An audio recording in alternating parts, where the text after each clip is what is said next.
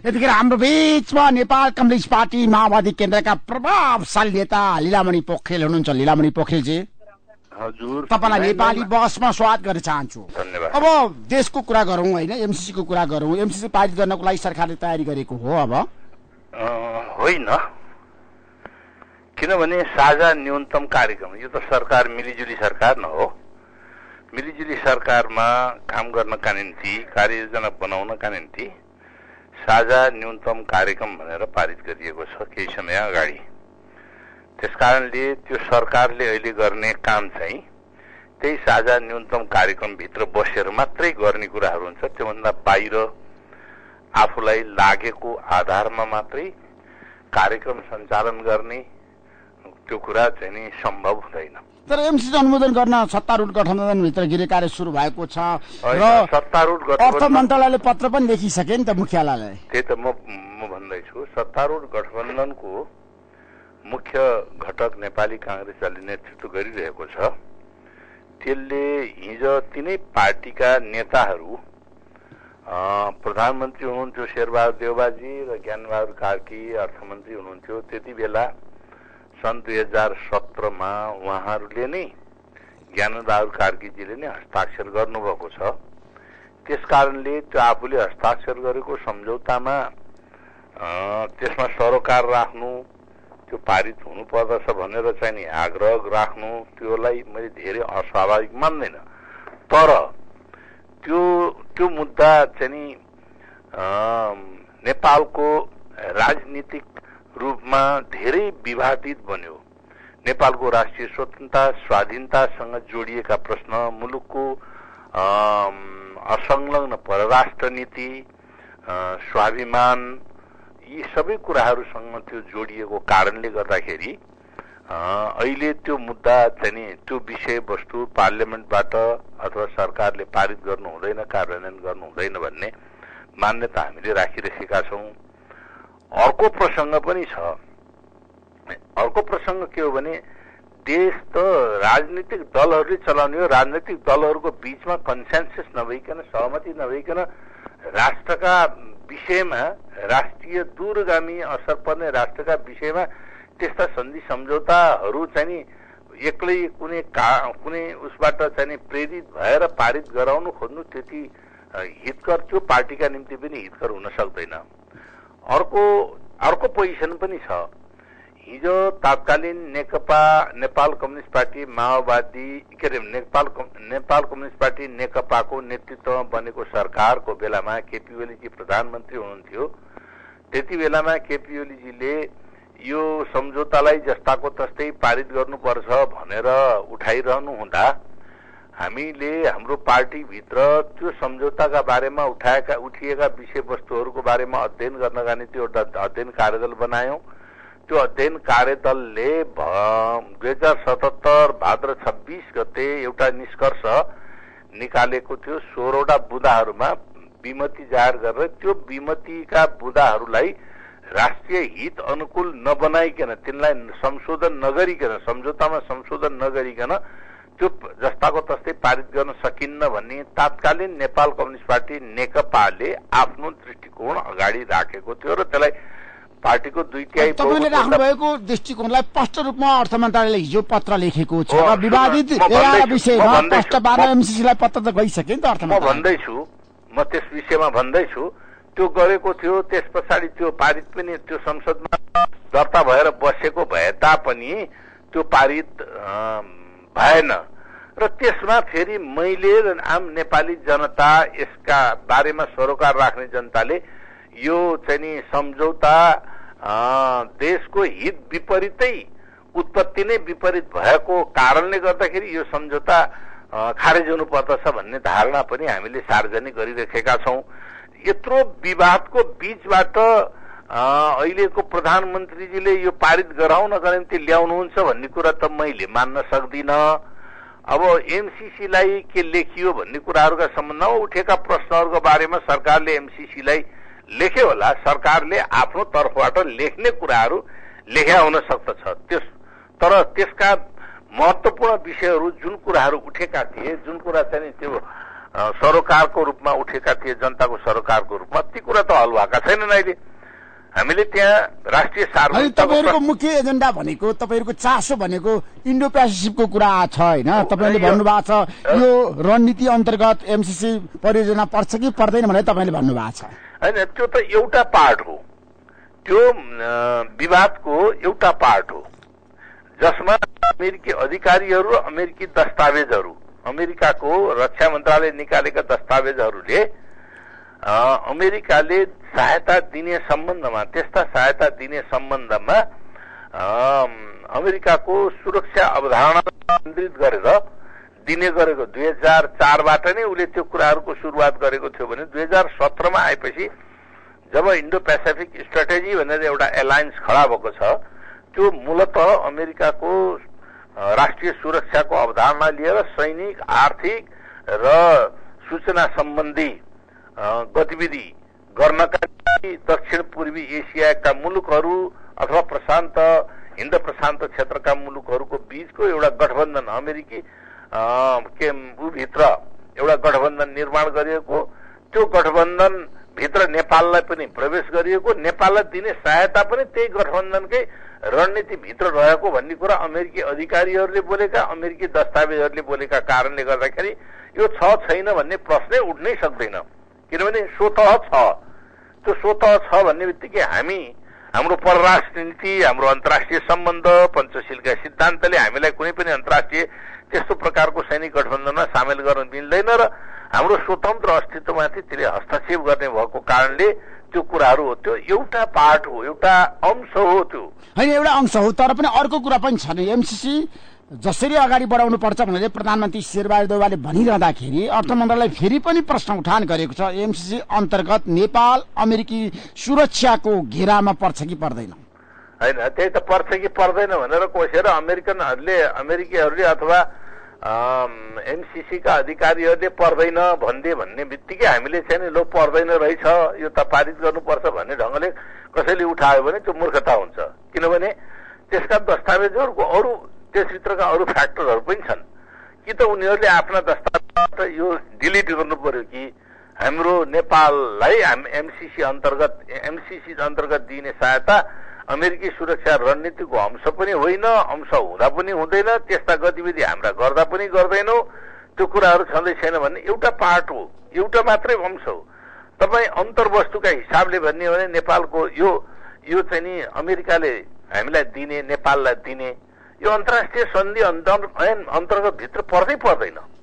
एउटा सामान्य letter of एक्सचेन्जबाट, पत्राचारबाट हुने चिजलाई अन्तर्राष्ट्रिय सन्धि अन्तर्गतको चाहिँ सम्झौतामै उल्लेख गरेर सम्झौतामै लेखिएको छ, यो अन्तर्राष्ट्रिय कानून अन्तर्गतको सम्झौता हुनेछ भनेर लेखिएको छ। यो अन्तर्राष्ट्रिय सम्झौता अन्तर्गतको हुनेछ भनेर लेख्नु पछाडि यसको धेरै दूरगामी असर छ कि यसले अन्तर्राष्ट्रिय ऐन अन्तर्गत, कानून अन्तर्गत भयो भने त्योसँग बाजिएका हदसम्म आन्तरिक कानूनहरू ती चाहिँ नि निलम्बित हुन्छन्। आन्तरिक कानून भन्नाले तपाईँ हाम्रो संविधान पनि पर्छ, मूल कानून हो संविधान। हामीले संसदले बनाएका ऐनहरू पर्छन्, सरकारले गर्ने निर्माण गर्ने नियमहरू पर्दछन्, सर्वोच्च अदालतका फैसलाहरू पर्दछन्। अब यो सबै त्यसैको अधीनस्थ हुने ढङ्ग अर्थ आउने कुराहरूको चाहिँ सन्धिको प्रावधानमा छ। त्यस्तै गरिकन थर्ड कन्ट्रीसँग हामीले एमसीसीसँग बाजिएको हदसम्म थर्ड कन्ट्रीसँग गरेका सम्झौताहरू खारेज हुन्छन्। अर्को पनि त्यहाँ प्रावधानहरू कि अमेरिकाको वर्तमान कानून र भविष्यमा बन्ने कानूनको पनि विरुद्धमा भयो भने त्यो चाहिँ स्वीकार्य हुँदैन भन्ने जस्ता कुरा, यस्ता तमाम कुराहरू। है, तपाईँले जुन प्रश्न उठान गरिरहनु भएको छ लीलामणिजी, मेरो प्रश्न कहाँनिर भन्दाखेरि अब अमेरिकाले एउटा रणनीति बनाएको छ, शेरबहादुर देउवा प्रधानमन्त्री भइसकेपछि उनीहरूले भनेका छन् एमसीसीलाई पारित गराउनुपर्छ, यसको विकल्प छैन। र प्रधानमन्त्रीले पनि के सङ्केत गर्नुभयो भन्दाखेरि पारित गराउँछु म, त्यसको लागि गृह कार्य पनि उहाँले सुरु गर्नुभएको छ र एमसीसीको उपाध्यक्ष पनि नेपाल आउने तयारीमा हुनुहुन्छ। अब तपाईँलाई थाहा छैन राम्रोसँग? थाहा छ। अब यो अवस्थामा छ नि, तपाईँहरूले प्रधानमन्त्रीलाई साथ दिने कि नदिने? होइन, प्रधानमन्त्रीलाई साथ दिने नदिने छैन, हामीसँग हाम्रो दृष्टिकोणको भिन्नता रहेको कुराहरूलाई लिएर हामीले कम्प्रोमाइज गर्ने पक्षमा छैनौँ। त्यो हाम्रो दृष्टिकोणै यस विषयमा चाहिँ नि के छ त भन्दाखेरि हामीले ठोस रूपमा प्रश्नहरू उठाएका छौँ एमसीसी बारेमा। अर्को तपाईँ सुन्नुहोस् ऋषिजी, यो नेपालले यो अमेरिकाले दिने सहायता भनेको $50 करोड। हामीले त्यसमा हाम्रो तर्फबाट पनि $13 करोड राख्नुपर्ने, $13 करोड। अब तपाईले अब यो सहायता के भनियो त भन्दाखेरि यो प्रोजेक्ट जुन सञ्चालन गरिँदैछ त्यो हामीले मागेर, हामीले निवेदन दिएर हामीले चाहिँ उ गरेको भनेर चाहिँ भन्ने जुन बाहिर प्रचार गरेको असाध्यै भ्रमपूर्ण धोखेबाजपूर्ण प्रचार हो।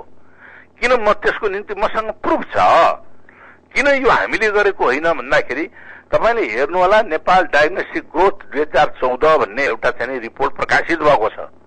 नेपाल ग्रोथ डायग्नोस्टिक भनेर एउटा रिपोर्ट प्रकाशित भएको छ। त्यो रिपोर्ट चाहिँ नि त्यसैको रिपोर्टको आधारबाट यो आयोजना सेलेक्सन भएको छ।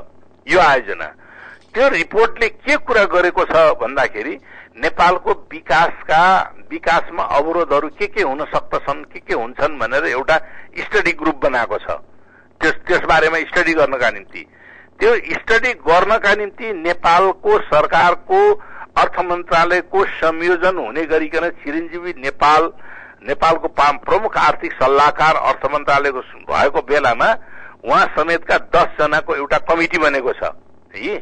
त्यसको चाहिँ त्यो टोली बनेको छ।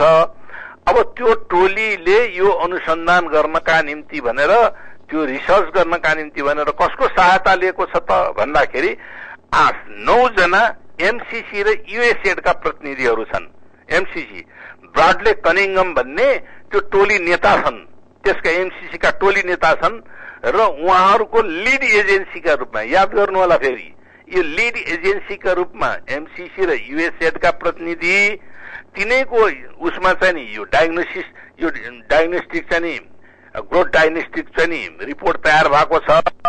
त्यसले के गरेको छ त भन्दाखेरि नेपालमा विकासका निम्ति अवरोधहरू केही भनेर केही निष्कर्ष निकालेछ।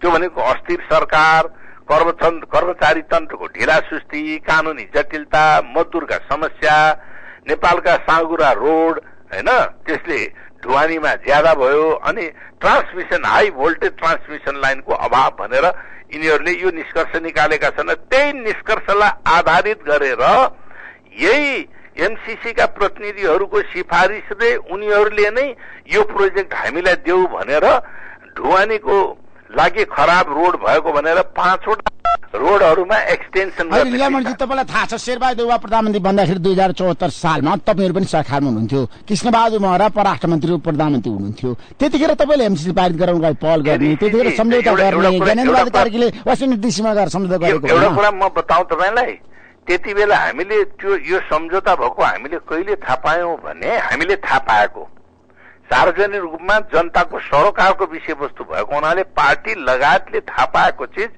संसदमा दर्ता भएपछि मात्रै थाहा पायौं।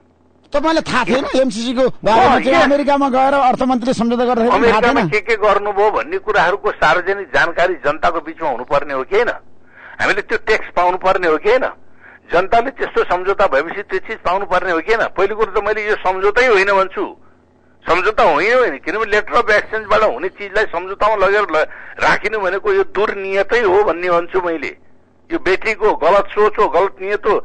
यो मैले त के भने न्यू इस्ट इन्डिया कम्पनी, नयाँ प्रकृतिको इस्ट इन्डिया कम्पनी हो। मैले बारम्बार भनिरहेको छु यसको चरित्रका बारेमा कि नेपालमा प्रवेश गरेर दीर्घकालीन रूपले यसले नेपाललाई नकारात्मक असर पर्ने भए केही पनि होइन। राष्ट्रका निम्ति $50 करोड केही पनि होइन, 59 अरब रुपियाँ। तपाईँ एनसेलबाट 62 अरब रुपियाँ उठाउन बाँकी छ कि छैन भन्नुहोस् त? कर उठाउन अब कसले उठाउनु? तपाईहरु पनि एउटा संस्थाबाट राज्यले कर उठाउन 62 अरब रुपियाँ एउटा संस्थाबाटै उठाउन बाँकी छ भने एउटा विदेशी दाताले दिएको 59 अरब रुपियाँ ठूलो धनराशि हो भनेर चाहिँ गुट्टी हाँक्दै हिँड्ने देशभक्त हुन् कि देशद्रोही हुन्छन्? हैन, एनसेलले त लुटिरहेछ। एनसेलले लुट्दाखेरि कोही पनि बोल्दैन नि त हाम्रो देशमा। त्यसैले त किन बोलिरहेका छन्? नेपाली जनता बोलेका छन्, राजनैतिक दल बोलेका, हामी बोलेका छौं सार्वजनिक रूपमा यो कुराहरूका बारेमा। यसका नाली बेलीहरू केलाएर भने मैले अहिले भनिरहेको छु नि, यो नेपाली जनताले आफैले माग गरेको भनेर कसरी भन्छ नि? म च्यालेन्ज गर्छु, आऊ मसँग बहस गर, आऊ मसँग बहस गर। नेपाली जनता र नेपाली विज्ञहरूले माग गरेका हुनुपर्छ। नेपाली विज्ञहरू कस्ता विज्ञ देखिए त भन्दाखेरि एमसीसी जस्ताका एमसीसी का एडभाइजरहरू, युएसएड का एडभाइजरहरू, वर्ल्ड बैंक का एडभाइजरहरू, उनीहरूले तयार पार्न लगाएको नेपालको राष्ट्रिय स्वतन्त्रता र स्वाधीनताबाट प्रशिक्षित भएका देशभक्तहरूले निर्माण गरेको कुराहरू भन्दा म प्रश्न उठाउँछु, मैले शंका गर्दछु यसमा। उनीहरूको क्रेडिबिलिटी, उनीहरूको विश्वसनीयतामाथि पनि मैले प्रश्न उठाउनु पर्ने स्थिति आइपुगेको छ। त्यसो यस्ता स्थितिमा एमसीसी पारित हुँदैन, हुँदैन, कुनै पनि हालतमा हुँदैन। अमेरिकाले प्रश्न पार्यो भने पनि विवादित विषय। प्रश्न भने के हो? अमेरिकाले प्रश्न भने के हो? इन्डो पेसिफिक छैन। अमेरिकाले के प्रश्न गरिसकेको छ भने यो जुन सम्झौता छ, जो संसदमा दर्ता गरिएको छ, यो सम्झौतामा मूल सम्झौतामा संशोधन गरिँदैन भनेर धेरै पटक भनिसकेको छ। एक मूल सम्झौता, यो मूल सम्झौतासँग जोडिएका अरू सहायक सम्झौताहरू छन्। मूल सम्झौतासँग जोडिएका अरू सहायक सम्झौताहरू छन्, जस्तो इम्प्लिमेन्टेसन एग्रिमेन्ट भन्छ, अनि त्यसपछि करस्पोन्डेन्स छन्, पत्राचारहरू छन्। ती सबै सम्झौताको हैसियत राख्छन्। मूल सम्झौतामा नभएका कुराहरू ती सम्झौतामा राखिएका छन्, जुन कुरा आपत्तिजनक छन्। जुन कुरा आपत्तिजनक छन्, तपाईँ हेर्नुहोस्, एमसीए भनेर एमसीसीसँग भएको सम्झौता कार्यान्वयनको निम्ति यहाँ नेपाल सरकारको गठन आदेशमा एउटा संरचना निर्माण भएको छ। नेपाल सरकारको गठन आदेशबाट कानून नेपाल सरकारले बनायो, तर एमसीएमा नेपाल सरकारको कुनै पनि प्रकारको हस्तक्षेप चल्दैन। कर्मचारी राख्न पनि सक्दैन, नीतिगत रूपमा हस्तक्षेप गर्न पनि सक्दैन, कर्मचारी निकाल्न पनि सक्दैन। त्यसको रिपोर्ट त्यसले दिने प्रतिवेदन कहाँ दिन्छ? सबै एमसीए। निर्देशन कसको लिन्छ? एमसीसीको। त्यो एमसीएले दिने प्रतिवेदन, एमसीसीले दिने चाहिँ निर्देशन, उसको मातहतबाट, उसको माध्यमबाट चाहिँ उसले काम गरिरहेको हुन्छ। नेपाल सरकारसँग उसको, भले त्यसमा तपाईँ हेर्नु होला, अर्थ मन्त्रालयको सचिव, त्यसको चाहिँ अध्यक्ष हुने व्यवस्था छ, तर अर्थ मन्त्रालयको आफै सचिव आफ्नै मन्त्रालयले निर्देशनसम्म दिन सक्दैन। त्यो कहाँ लेखिएको छ भने इम्प्लिमेन्टेसन एग्रिमेन्टमा लेखिएको छ। यो सम्झौतामा छैन। त्यो इम्प्लिमेन्टेसन एग्रिमेन्ट हामीलाई अहिलेसम्म नेपाली जनतालाई औपचारिकमा नेपालको पार्लियामेन्टलाई दर्ता पनि गरिएको छैन, जानकारी पनि दिएको छैन। यस्ता कैयन एग्रिमेन्टहरू भएका भन्ने कुराहरू हामीले सुनेका छौँ। त्यसको सँगसँगै स्ट्राटेजी के अरे अब त्यसको सँगसँगै के गरिएको छ भने यसलाई फलोअप ब्याकअप गर्नका निम्ति राष्ट्रिय सुरक्षा सम्बन्धी सहमति गरिएको छ।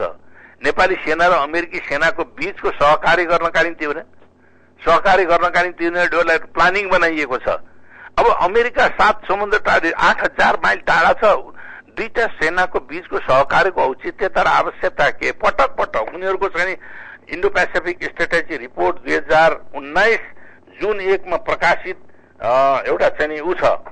त्यसमा जुन 1 मा प्रकाशित रिपोर्टको तपाईको कति पृष्ठमा भने अमेरिकी सेना र नेपाली सेनाको बीचको रणनैतिक, यहाँ त स्ट्रेटेजिक चाहिँ उ ल, त्यसको पृष्ठ 36 छ।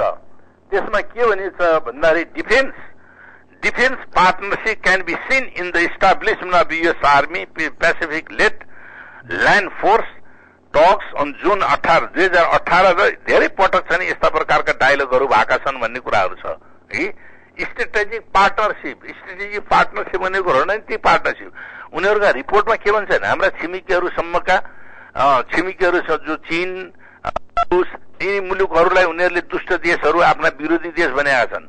यो सम्झौतामा के लेखिएको छ? उनीहरूसँग भएका सम्झौता, एमसीसीसँग भएको सम्झौताको कुनै अंशसँग बाजियो भने उनीहरूसँग भएका सम्झौताहरू नल एन्ड भोइड हुने, भविष्यमा पनि गर्न नसकिने। नेपालको कानून, के अरे अमेरिकी कानून, अहिले भएको कानून र भविष्यमा बन्ने कानून पनि यदि बाजियो भने यस्तो सम्झौताहरू चाहिँ के अरे अमेरिकी कानून लागू हुने भन्ने जस्ता कुराहरू पनि उल्लेख भएका छन्। थुप्रै कुराहरू छन्।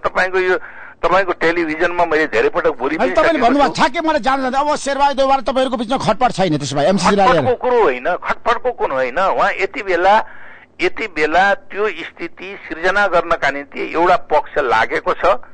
यसलाई खटपटको रूपमा रूपान्तरण गर्नका निम्ति, बनाउनका निम्ति र अमेरिकाको चाहिँ वफादारी, भक्तिभाव प्रकट गर्नका निम्ति यो कुराहरू, यस नयाँ किसिमले समस्याहरू सिर्जना गर्नको निम्ति लागि छ। जस्तो तपाईँ हुम्लाको विषयमा, हुम्लाको चाहिँ सिमानाका सम्बन्धमा हिजोको सरकारले, चिनियाहरूले भनेको छ 1960 नै हामीले त्यहाँको नेपाल चीनका सीमा समस्याहरूको बारेमा हामीले हल गरिसकेका छौँ। आज अध्ययन कार्यदल तपाईँको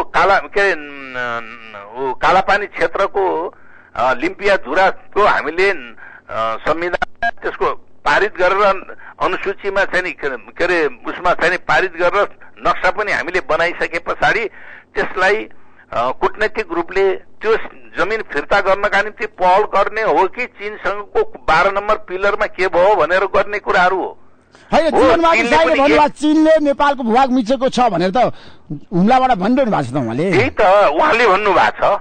तत्कालीन सरकारले त्यस सम्बन्धमा द्विपक्षीय सम्बन्ध गरेर कुराकानी गरेर यस सम्बन्धमा समस्याहरू हल भयो, हामीले मिचेका छैनौँ भन्यो। नेपाल सरकारले पनि त्यो छैन भन्न भन्यो। ठिक छ, अध्ययन गर्ने आफ्नो रूपले गुप्त रूपले अध्ययन गर्ने कुरा एउटा कुरा हुन सक्छ। यदि त्यस्तो स्थिति भयो भने चीनसँगको द्विपक्षीय एउटा अन्डरस्ट्यान्डिङबाट यहाँ यस्तो यस्तो जनस्तरबाट यो कुराहरू आएको हुनाले हामी यसबारेमा चाहिँ यसो स्टडी गरौँ भन्न भनेको छ। यसलाई सार्वजनिकमा लैजानु भनेको नेपाल र चीन बीचको सम्बन्धलाई बिगार्नका निम्ति धेरै प्रयत्न भएको छ। 81वटा ठाउँमा 81 भन्दा बढ्ता ठाउँमा भारतीय अधिकरणको बारेमा चाहिँ त्यसलाई अगाडि बढाउनका निम्ति उनीहरू प्रयत्न गर्दैनन्। अब त्यहाँ एउटा विषयमा उठिसके पछाडि यसलाई विश्व स्तरमा चाहिँ हंगामा मचाउनका निम्ति यो कुराहरू गरिएको छ। त्यसकारणले यो कुनै षड्यन्त्रपूर्वक ढंगले यस्ता कुराहरू अगाडि बढेका छन्। अहिले एमसीसीको उपाध्यक्ष आउने बेलामा या त भक्तिभाव प्रकट गर्न हेर त हामी चीन विरुद्ध गरिरहेका छौँ भनेर देखाउनका निम्ति भारतसँग भएका यत्रा ठूला चाहिँ स्क्यान्डलहरू छन्।